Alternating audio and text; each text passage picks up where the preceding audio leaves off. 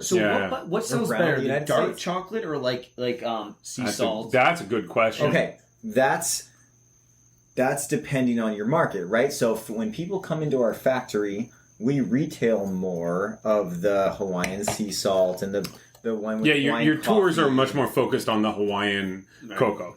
Yes, and the Hawaiian chocolate bars. Now, when we sell to a distributor or a wholesale account, we've created bars that we saw the demand was a lot greater for what we call our flavors of Hawaii bar, which is where we mix in lilikoi, which is passion fruit or maracuja, or like coconut, banana.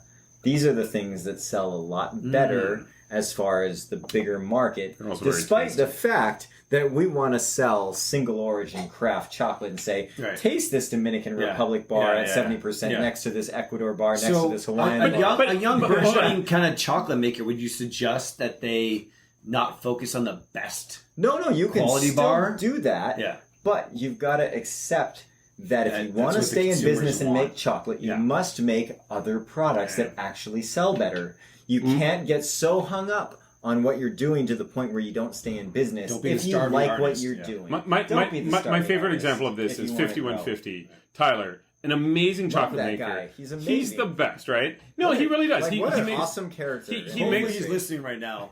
You haven't No, called but me like- back, but- Tyler. He's hanging Chuck's out trying to with sell him Zorzal right He's now. hanging out with his chickens like Tristan and his skateboarding. snake. But 5150 made took white chocolate, added some made it look green, added some Rice Krispies, He made it look like weed. and made it look like weed, right? And he sells these bags of white chocolate with Rice Krispies that look like weed for a lot of money.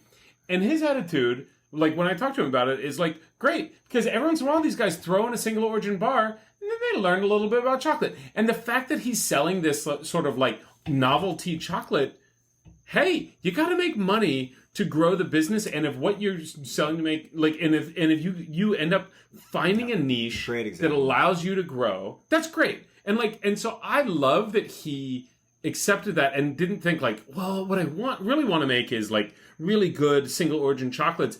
And like, I don't want to sell this other stuff. I think he was very reasonable about it. He was very practical about it. And I really appreciate that about sort of where he came from. Yeah. You know? And now as he's a growing chocolate maker who continues to buy larger quantities of beans. Yeah. Yep, totally. So, and I mean not from Zorzal, but from like other very good cocoa don't worry, producers. Tyler, you're going down. Like, So Hawaii, super interested in the. Sorry, is Chuck doing the interview now?